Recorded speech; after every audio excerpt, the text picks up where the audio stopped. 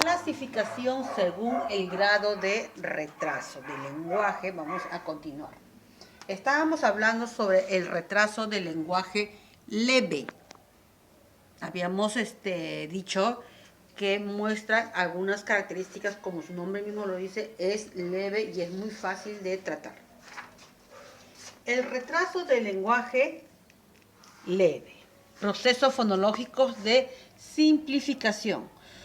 Sustituciones que realiza el niño para cambiar unos sonidos que le resultan difíciles de pronunciar. ¿Qué quiere decir eso? Que algunos niños, por ejemplo, omiten o sustituyen algunos sonidos, algunos fonemas. Comúnmente nosotros conocemos y detectamos, por ejemplo, el sonido de la R, lo sustituyen por la L. Si quiere decir rosa, dice losa. O si quiere decir perro, dice pelo. En otros casos, algunos niños pueden sustituir, por ejemplo, también he escuchado, cuando dicen mariposa, dicen nariposa. O dice, en vez que diga iglesia, agrega un fonema y dice inglesia. Eso ocurre, como le vuelvo a repetir, eso es un problema del lenguaje leve, que con ejercicios, praxias, el niño va a ir mejorando. Luego tenemos acá el nivel semántico. Es ligeramente más escaso que en los niños que no tienen retraso de lenguaje. O sea, eso quiere decir que el nivel semántico no va a ser tan notorio, Va a tener que ver mucho con el desarrollo evolutivo del niño. Y el desarrollo morfosintáctico se encuentra en un nivel normal.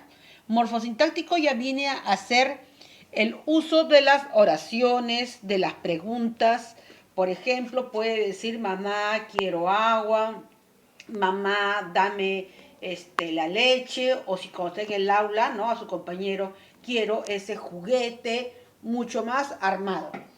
En el nivel pragmático no se advierten distorsiones ni dificultades especiales. Como lo vuelvo a repetir, en muchos otros casos, el retraso del lenguaje leve puede pasar desapercibido. Y muchas veces decimos, como está chiquitito, recién lo va a ir adquiriendo el lenguaje, ¿no? Pero siempre hay que estar alertas. El retraso moderado del lenguaje. Por ejemplo, acá dice el nivel, seguimos con los niveles, como anteriormente hemos trabajado, el nivel semántico. Ya es notorio, nombra objetos familiares, pero desconoce el nombre de objetos y conceptos conocidos por niños de su edad. Puede empezar a describir los nombres de las imágenes, por ejemplo, perro, gato, ¿no? Reconoce algunas frutas, algunas verduras, pero más no adquiere el concepto en realidad de qué cosa quiere decir eso. Y en otros casos no reconoce o no tiene, por decir, guardada cierta información de ciertas palabras para que pueda interactuar con sus compañeros. Muy bien, el nivel morfosintáctico. Están presentes a las interrogaciones, o sea, como anteriormente le dije acá, por ejemplo, el morfosintáctico, que vendría a hacer las preguntas, las peticiones, lo que el niño quiere. Muy bien. Luego tenemos el pragmático. Existen abundantes órdenes y gestos verbales de llamada de atención, poca iniciativa y escasas formas sociales de iniciación de la conversación, las cuales son entrecortadas. En algunos casos, como vuelvo a repetir, pasa desapercibido. Pero ya saben que a cierta edad, ¿no? Cuando el niño ya entra al preescolar a los 3 años, ya tiene que tener una conversación, si no, ¿cómo va a contar a los padres, a su mamá, a su papá, las cosas que le ha sucedido?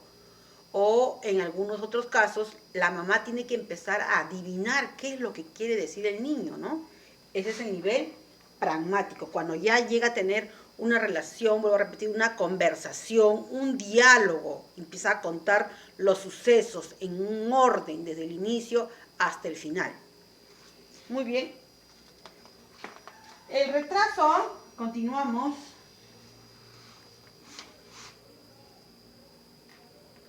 El retraso del lenguaje, retraso grave del lenguaje. Cuando se convierte en grave, muy bien, podemos poner acá, miren, los patrones fonológicos.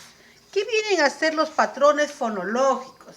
Vienen a ser los sonidos, como anteriormente les he dicho en la clase pasada, vienen a ser la forma, el fono viene a ser el sonido, la forma como articula.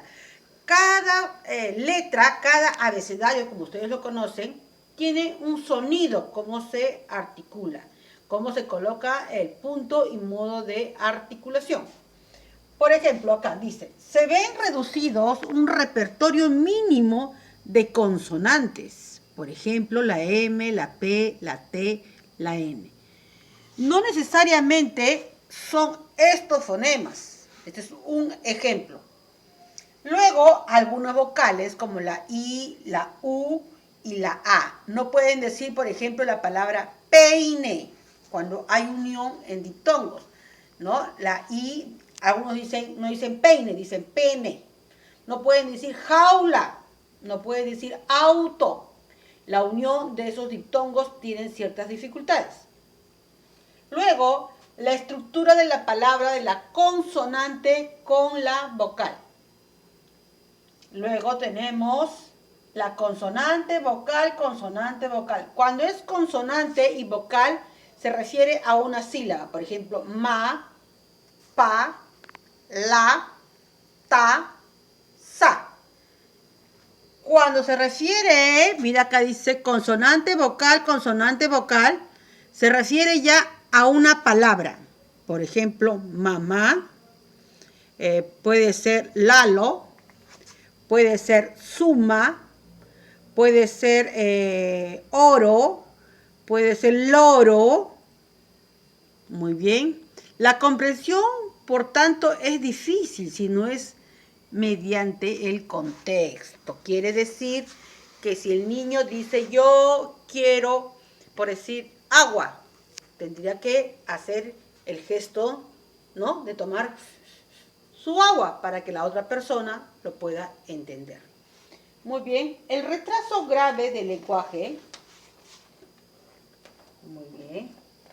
Cuando se dice que es grave no es porque es en su totalidad, sino así lo han clasificado, ¿ya? El retraso grave del lenguaje, encontramos la sintaxis que se vuelve a repetir, ¿no?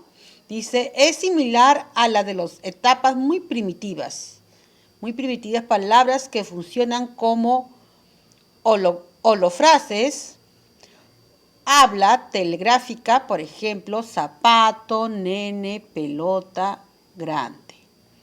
Muy bien. Vamos a continuar, chicas.